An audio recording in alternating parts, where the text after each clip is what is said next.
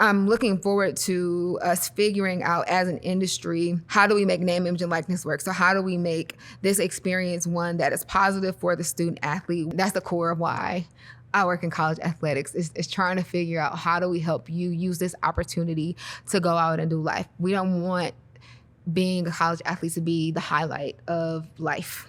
We want this to be, a great spot in life, to be a great snapshot, but we don't want this to be the pinnacle. The NCAA's name, image, and likeness rule is changing the landscape of college sports. How is it impacting recruitment? What are some of the benefits and drawbacks? Welcome to the Search Bar. I'm your host, Adam Sparks, and on today's episode, we're talking all things NIL with Tangela Cheatham, Deputy Athletic Director at Central Michigan University.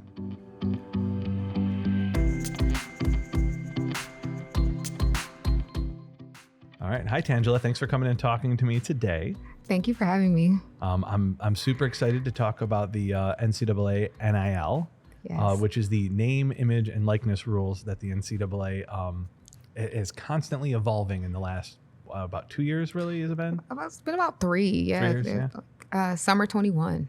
All right, yeah. So it's been a little bit longer. And I guess to that point, and before we start saying NIL a bunch, which is an acronym that some people are going to be really familiar with and some aren't, I thought maybe you could kind of explain what that is and kind of how you see it in the current space that is NCAA athletics. Yeah, so kind of keep it very general for name, image, and likeness. And at its core, name, image, and likeness legislation or passing is when the NCAA allowed student athletes to benefit or profit from the use of literally their name, image, and likeness in conjunction with their role as student athletes in college in a way that they previously hadn't been allowed to before, and they had actually been prohibited from doing because it was seen as, an extra benefit or, completely opposite of what we consider amateurs. Mm-hmm. So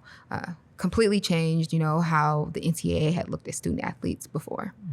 And there was a lot of pressure for that to happen, correct? I mean, it had been mounting for a while. Absolutely. It started, I can't even give you a year for how long, people had been asking for this change. There's been the Ed O'Bannon case, and I can't give you the number of cases that have come that have tried to say, student athletes should be able to be paid or profit from the use of their image, their name, their likeness. But Summer 21 is when the NCAA put into effect and said, hey, this is going to happen. We need to figure out how to make it happen. Mm-hmm. And how to kind of put guardrails up for how institutions are going to do it. We're still working through how do we put guardrails and make this happen. So I guess that would be my next question, which is just how has this changed the landscape of college athletics for someone like yourself who, mm-hmm. I mean, that's your everyday. Yep. Your everyday is helping run these institutions and all these different programs. How has it changed for you since 21? Yeah, so I think it's changed based on how people view NIL. So at its core, name, image, and likeness, and you'll hear some people say true NIL and then kind of NIL, which some people will view as like a pay-for-play type piece. And so at its core, name, image, and likeness is kind of supposed to be an entrepreneurial endeavor for student athletes where they kind of go out and find opportunities where maybe they can market a product or maybe they're sharing, stories about the day in the life of a student athlete, or they're doing something that's a business endeavor where, again, they are using their, business as insert, softball student athlete at insert institution, to put some money in their pockets or, build brand awareness for themselves. And they're doing something for that. Or you're also seeing things where, it's being used as an incentive to maybe go to an institution. So it's changing because we don't really have true guardrails that there's a handle on for different institutions. So, and we'll talk about, I think, some a little bit later, different places have different regulations, different rules. And by places, I mean states. The NCAA has put out, you can do this, you can do that, you can do this, but then there are things that supersede that. And so again, at its core, it is, how do I take my opportunity as a student athlete to build something, maybe to help secure my future, but then there are some other things that come into play when you take into account other people's interest in this opportunity as it relates to helping maybe their institution or even themselves. Right. And I imagine that for you as an athletics administrator, you're looking at it going, there's probably going to be 6 more lawsuits before I know what the heck is really going on, right? I mean, most of this has played out in court or is playing out in court as we talk. Yes, it's again active every day, and I do not have a JD, so I do my best to stay out of that and work with our conference and our compliance team, and work to pass that information on to our coaches as they go out to recruit and figure out what it is we can do, what we can't do, because we want to do the best that we can for CMU as an institution and the best that we can for our student athletes. And so again, things are changing every day, but ultimately we're trying to figure out how do we educate our student athletes. So there are their tax implications right now that they're able to make money. So we're always trying to teach financial literacy, whether it's because they were, going to be able to make money from their name, image, and likeness, or because they were preparing to go out and get a job once they graduate. But now we know that they can make money from name, image, and likeness. So their tax implications, we're going to help them do that. Or is it because we need to help our coaches understand what they can share when they're out on the road recruiting, or when a recruit maybe asks something about name, image, and likeness. So there are so many things that play a role in how we're navigating NIL as athletics administrators. But as far as the litigation that is happening, I listen to what our conference is passing along and the updates that we receive from the NCAA, just because there's so much happening. And again, it changes every day. There's this piece that's happening out in California, which a lot of what's coming is happening on California, happening out there. And then there's a piece coming up in Colorado. There's just so much as far as the court cases that are coming that are leading to what we're seeing playing out over the course of the last few years that's impacted what we know as college athletics today. Right. And I have to imagine that, from going back to the recruiting piece, there's just a whole new language and conversation that I assume is happening just regularly because of this. Has it been a drastic change? Are the recruiters now fielding this question? To a certain extent. And I mean, even if you pay attention to the court cases, some of the sports that are most closely addressed specifically in court cases are your footballs and basketballs. But this does impact all sports because every student athlete has an opportunity to go out and profit or benefit from their name, image, and likeness. And so, students, when coaches are going out, are asking, well, do you have a collective? Which we'll see going forward, how do collectives operate? Will collectives operate? Will NIL management move fully in-house to athletics departments? Because previously we had to be kind of all hands off. And now there's been legislation passed where NIL, there's some NIL management that can be in-house, where we can help student athletes from an NIL standpoint and helping to manage, opportunities for them, where again, before it's like, I can't, help you student athlete, you have to manage that on your own. So you'd be totally hands off. Yeah. And so that is changing, by the day. So, but on the recruiting trail, to your point, your question, students, when coaches are going out, and I did ask, hey coach, how's this going? And do you have a collective? How much can I get? I'm hearing, people who are middle school are getting offered, $40,000 to go. We don't know what they can do. And you don't know what they'll be able to do by the time they're actually prepared and ready to go to college. But it does impact the recruiting trail, because you do have to figure out how do you secure, funding, sustainable funding to help, fund your program, to help build your programs, because you still have to go out and, field a team for your sport, at this level. I want to go back a little bit and explain what a collective is. Yes. Because it's interesting and it's sometimes foggy. Yes. Yeah.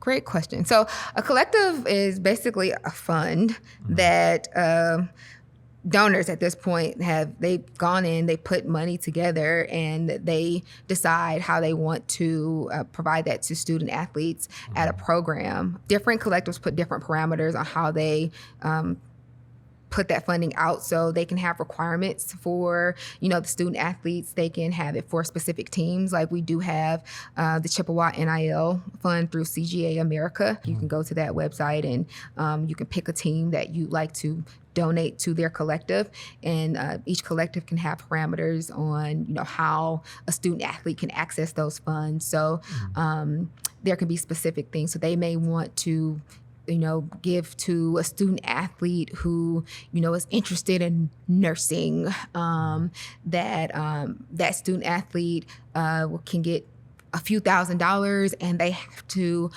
put a post on social media promoting a product, or go and do community service. So donors will give to this fund, and then they can have requirements for a student athlete to then get those funds. And at this point, those are not run by institutions themselves. For the most part, they're run by outside groups, and it's actively changing by the day what type of involvement institutions can have with that. And it's also on the table of, will collectives go away, and will institutions be able to pay student athletes directly? So at this point, again, heavily collective driven, but we could see a future where institutions are looking to directly pay student athletes in some capacity. It's such a weird place, and this has moved so quickly. And just in the last year, the amount of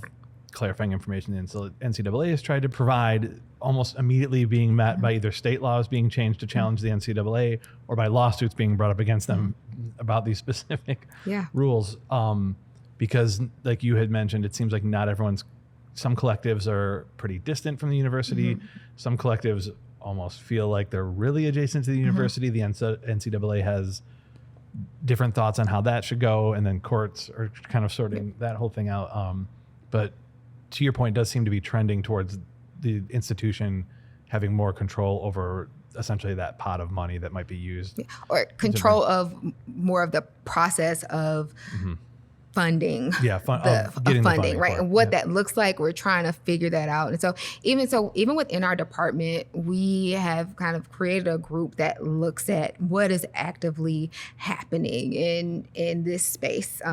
All things college athletics, but obviously NIL is a big part of what's happening, because it has a great impact on the landscape of intercollegiate athletics. We call it our ODA Loop group, which is like observe, orient, decide, and act. And so instead of kind of this longer strategic plan process, because of the rapidly evolving state of intercollegiate athletics, we're like, okay, we have to pay attention to what's happening. We have to assess what's happening. We have to figure out how are we going to address that. And so we have this group of our senior administrators, or senior group within the department, where we're actively looking at literally every week what is coming and how do we address it at this level, but also, again, from a bigger standpoint, because there are MAC implications that are a little different than our friends down the street, the bigger institutions. But we do still have to see what are the implications from an NIL standpoint, because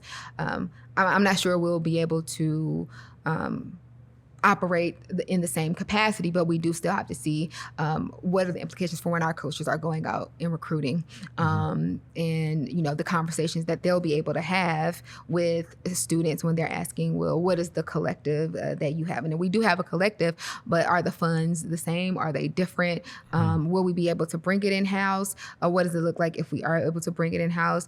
We do have Open Doors, which is a platform where people can go on and they can broker deals directly with our student athletes. So they can, if they wanted to have an autograph signing at a local store, they can go on and they can go to athlete one who has their profile set up, and they can say, "Oh, I wanna reach out to you and set up an opportunity for you to come to my store and do autograph signings." They can do that directly through Open Door. So we do actively, monitor that and have provided opportunity for our student athletes to do that. But within our department, we are actively watching and paying attention to what's happening nationally because it's changing so much. And there's a lot of implications there too, right? Like even the resources that might be needed to deal with some of this, like this is going to scale very differently for different institutions and for different athletic programs. But it feels like there's all sorts of questions, and I don't know that you can answer them, but it's like, are these students going to become employees?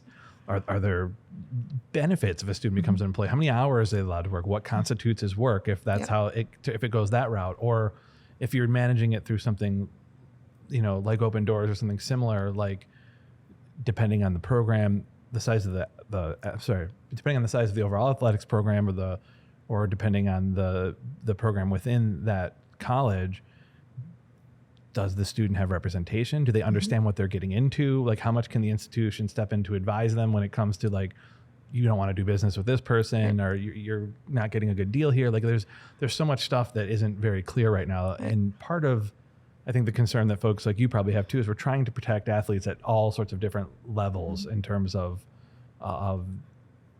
what they might be able to make or the attractiveness of them to these potential partners in terms of business, right? Yeah, and again, you'll hear a number of people talking about true NIL and then NIL that's more geared toward a pay for play. And I'll always go back to my interest in working in college athletics has always been, who are you without your jersey? And that's that kind of personal development and personal branding and developing who you are. And so when you talk about aligning with the business, that's really important. So do you want to align? I know this business may come and say, hey, we're going to pay you X amount of dollars to represent our organization or represent our product, but is that a company that you want to be aligned with? And I know, the dollars may sound like, a great opportunity, especially if you're in need of, making some money, which who's not, right?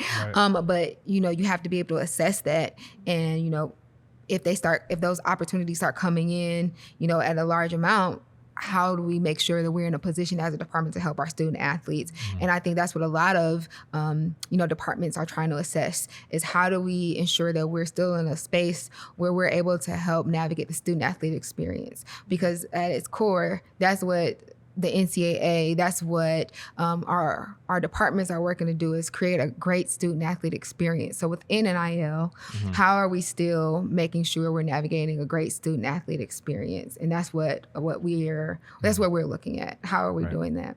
And I think in the national headlines too, in regards to that, the focus tends to be a little bit more on, well, if I have this athlete they're making national headlines, and they're getting offers from these big brands and companies that we know about, like that, they have some business insulation that's already built into that level of spotlight. There's also student athletes out there who might be getting courted and don't have that kind of representation because it's local dentist, it's a local car dealership, right? Like, where that could be a big deal for them, and it could help with some of their comfort and some of their ability to plan for their future. But they're not like that athlete that's like selling like jerseys to kids 7 states over, right? And that's probably a little bit more difficult to manage for the institutions right now because they're on their own doing that, I imagine. Well, I mean, probably for most students, they'll have the local opportunities because there are more of those available. They probably have more connections to opportunities back home. You'll see those more than your bigger national insurance companies or national food chains. Those are probably geared to those once in a lifetime type athletes. And so most of the student athletes probably do have opportunities for, gift in kind type opportunities. And, they're excited for those. We have student athletes that have those type of opportunities now, and they'll still go a long way. I think what we see a lot in media right now are those sensationalized opportunities that, again, more lean toward like, is this a pay for play situation? Is this a recruitment inducement? And I think when people were more hesitant to move toward name, image, and likeness, which led to the lawsuits, which was like our hand was forced, that was the type of opportunity that was the hesitancy, not necessarily the local dentist or the local, car dealership. Those are great, sell the car and, go and, to the local humane society and, help support that organization. Is more, are we using this as an opportunity for an unfair advantage over the next place? I do think those local opportunities are really good because most people, like, that would be the opportunity that most of them will have, and they're excited about it, and we're excited for them. But we want to make sure those are true NIL opportunities. Right. Yeah, the stuff that people are, where a lot of that debate right now is, and this is, again, really at powerful institutions, there's a tremendous amount of money in these collectives, and what you have to do to access that money isn't always like that obvious business transaction like we just described, which is like, oh, you're going to be in a local car commercial. Like, it's what's being said, right? Because I don't see, like, we don't know. We only know what's being told, right? Yeah. And so I think that's the thing that I think keep some people up at night is we don't know. And I'm not opposed, right? I'm not opposed to student athletes being able to benefit from the work that they're putting in as student athletes. It's just, what does that look like? One thing I do have the concern is a lot of the conversation is around your higher profile coach pay, your higher profile administrator pay, because that's what's like, well, we see all of these folks getting paid in football, men's basketball athletes, some women's basketball athletes. And I think sometimes in the conversation was lost are some of the folks that are working to support them. And this is not, a sell for myself, as I did start in student athlete services. So I was an academic advisor at one point. I was on the ground in student athlete life skills, but you do have the folks that are athletic trainers. You do have folks that are facilities and event staff. You do have folks that are academic advisors, development officers on the ground working that aren't, kind of these higher paid positions that are kind of that are the main talking points for why student athletes are kind of losing out on funding, that I don't want to be lost in the conversation of, who's helping to keep these student athletes going. And so hopefully they don't get lost because they really do help the student athletes go and succeed every day. And so I think it's important to speak up for that group of people. Again, not only because I was that group of people, but those folks aren't making 6 figures in most cases, and they aren't making the 7 figures that that some of your higher profile coaches that are getting large buyouts and getting paid for years that are part of the conversation of, well, why aren't our student athletes getting this? That led to these lawsuits, and we need our student athletes to get a piece of this pie, because I don't think that student athletes shouldn't get a piece of pie. It's just kind of being that true NIL that we're working for. And again, it's kind of the wild, wild west right now. And I do think, markets settle, right? So I think once we get a handle on how do we make this work, I think we'll be in a much better spot, but it's going to be painful as we see while we work to get there. And I do not know what that looks like, I have no idea. Right. But I am, maybe I had to look at a glass half full mindset because I think that's the only way I can go to sleep at night. But I'm looking forward to us figuring out as an industry, how do we make name, image, and likeness work? So how do we make this experience one that is positive for the student athlete, where we're getting to the core of them getting to experience, again, a benefit from their name, image, and likeness, but we're still getting to experience a true connection between athletics and higher education, because, again, this is the only country where this model exists. And I think it's something great where even though there is transfer portal, so you may not experience the 4-5 year connection like you did before. There is that tie between athletes and alumni, or athletes and the general student population that that you don't see in other spaces. That I think is what makes college athletics great, and that we don't want to lose in all of this. Yeah, I think it's to clarify my point too, like that is when I was mentioning, like, and it's this dark, it's not that I'm trying to insinuate that it's like some dark money, No. but I think when a lot of people hear about this, the stuff that's getting argued about, they think about like that Johnny Manziel documentary, and they go like, someone's just going to give this guy $1 million to sign autographs in a conference room, and that's going to recruit him over, and I think we're trying to have guardrails against, like, do we want that? Do we not want that? Versus these things that are like more of that pure NIL. And that's where we are. Yeah, I mean, and that's what a lot of people believe is happening, and that's what may be happening. Yeah, we don't know, and we don't have enough rules or clarity to figure it out yet. I also wanted to this is just a little bit of an aside, but I think it's helps clarify for the American audience. Nobody else in kind of anywhere else in the world ties athletics to not even just higher education institutions, but just high schools even. Like I have an exchange student who lives with me right now, and she couldn't believe how tied athletics were to her high school when she got here. It's just something that doesn't get done other places too. So we are very unique in that. So if you were even a 16 or 17 or an 18-year-old and you were playing tennis or field hockey or something, like the opportunity to play that semi-professionally at some sort of a club team in Europe or something, it would exist for you, and the school would have nothing to do with it at all. So these entanglements do not exist in other systems, which admittedly I wasn't that privy to until I had an exchange student. And I was like, oh my goodness. I only know because I did study higher education and intercollegiate athletics, and so we talked about that a lot.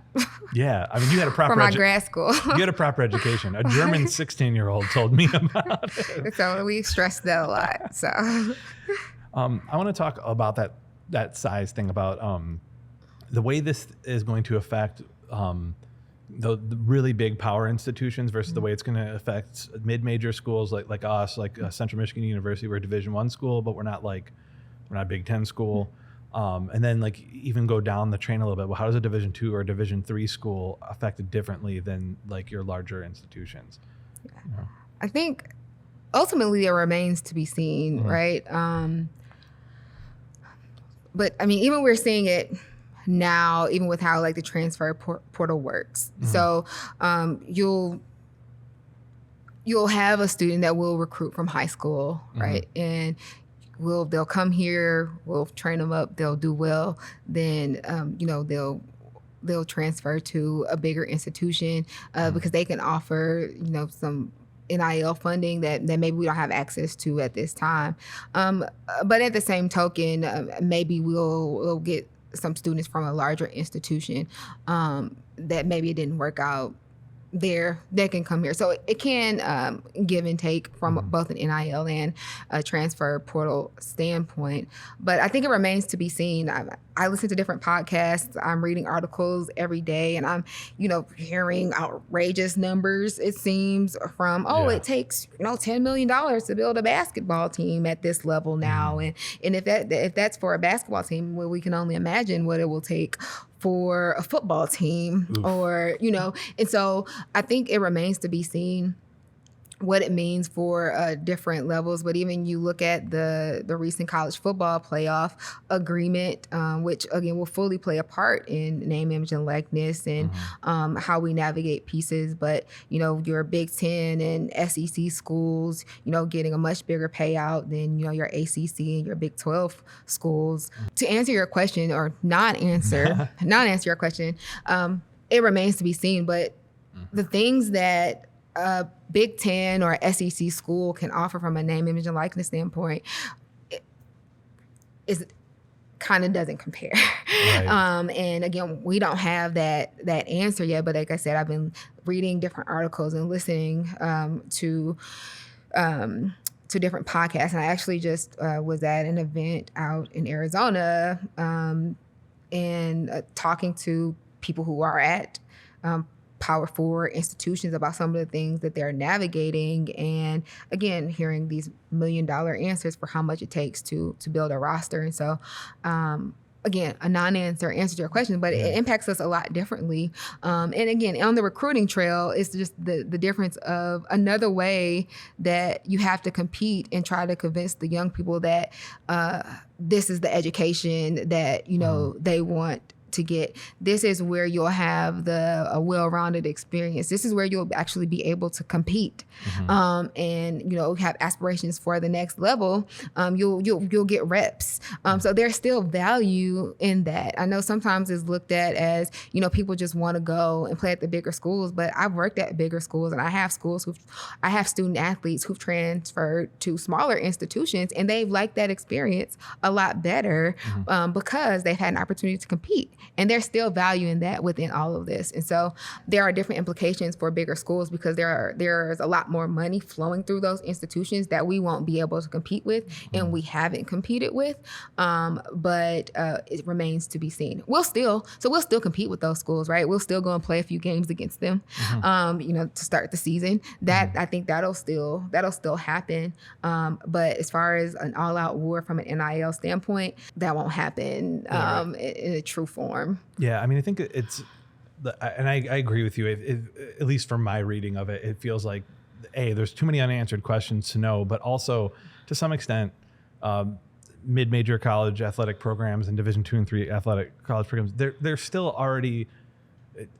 Money just becomes another factor in some of the things that make them different from programs that are just massive brands, right? When you talk about University of Michigan or Alabama, I'll just name them. It's not going to hurt anything here.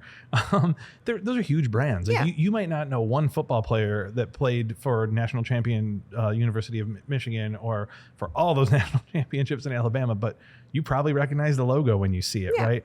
And there's just most schools don't have that benefit. And it feels like, they already have a lot more money, so this is just kind of another little step. They just renegotiated their media rights, and the numbers range from an additional $30 million. Yeah. Additional. Yeah. That's not, so again, we're already in a different ballpark, and those are public numbers, right? That's not a number that I have from a secret, meeting or anything. Tell us about your secret meetings. Yeah, no. So we're already in a different ballpark, and so it's gonna stay that way. But I think the key is understanding kind of where you are, who you are, and what is your brand as an institution? What is your brand within intercollegiate athletics? How do you kind of sell the experience to the student athletes? And again, I'll go back to it.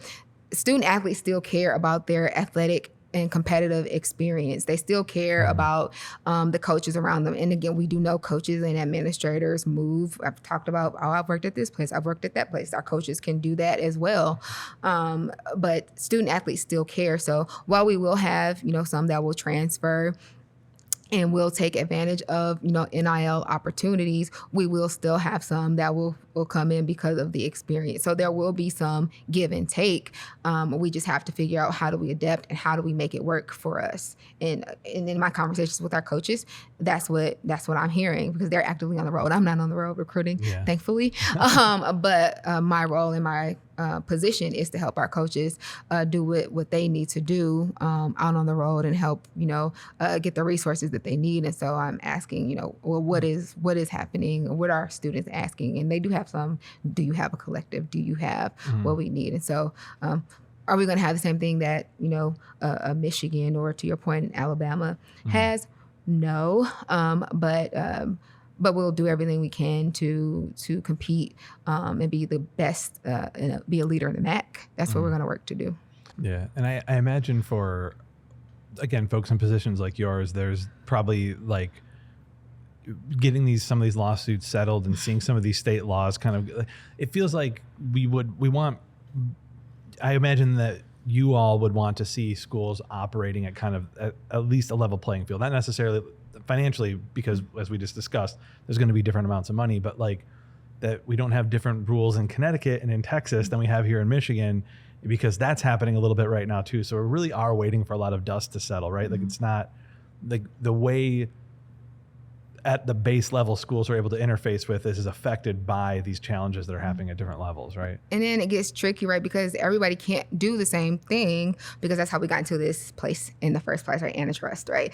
And so you have to be careful. So we can work together as a conference, but then now every conference can't do the same thing, or we're back where we started, where the lawsuits start coming again. And so I think we'll be in a unique space until we find the sweet spot. And we do want to be more at a level, a playing field, because we'll continue to compete against each other. Again, I'm always a fan. We're competing on the field. We're not competing from the aspect of preparing student athletes to go out and do life. I think that's where we're all on a united front.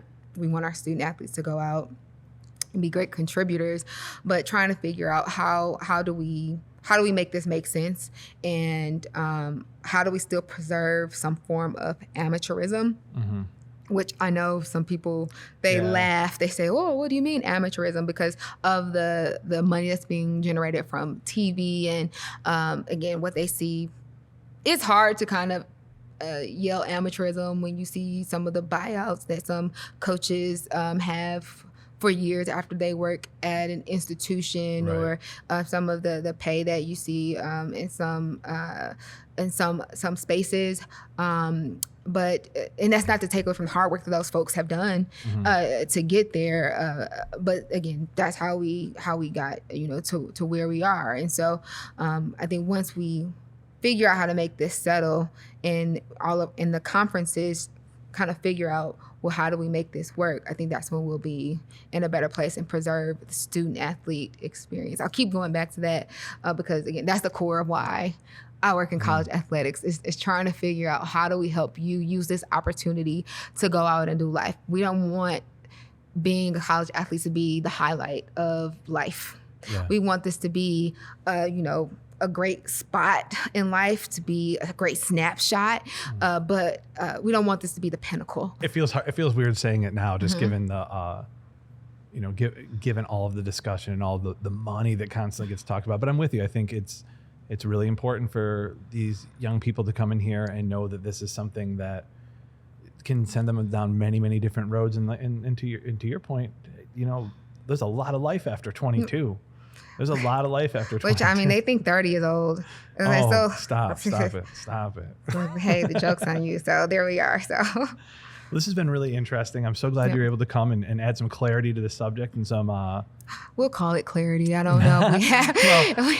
We've navigated through the fogginess that it is, because like you said, there's just so much happening from so many different directions. And I feel like I understand it a little bit better now, and I really appreciate your perspective. Yes. Well, I'm glad you had me on. Again, I will share, we do have open doors for our student athletes, opendoors.com, and you can look up, CMU Chippewas and find our student athletes there. We also have a Charitable Gift America collective for our student athletes, as well as Influxer, which is INFLUXER, where our student athletes can sell personalized merchandise, or where they get a piece of that, because we are working to make opportunities available to our student athletes that we know are safe for them. And those are some things that we have available right now. And I know some of our coaches are also working on opportunities. So if you do have an opportunity to follow some of our coaches on social media and see some of the opportunities that they're working to build from an NIL perspective, please follow that, because we may have different thoughts on NIL, but it is here, it is happening. And as we want to remain competitive and move along in this Division I space, we will engage. In addition to the Maroon and Gold Bold campaign that we have happening right now, which will help fund greater initiatives from mental health to nutrition initiatives within the department, as well as some things like a softball facility for our program. So there's some great things happening within the department that we want to make sure people know about, from traditional things like the Maroon and Gold Bold campaign, which is your traditional kind of development campaign within the department, to our NIL initiatives, which is kind of the way that college athletics is going. I wanted to share that, but very grateful for you having me on. No, thank you for coming in, and hey, fire up, support those CMU Chippewas. Yes, thank you. Thanks for stopping by the search bar. Make sure that you like and subscribe so that you never have to search for another episode.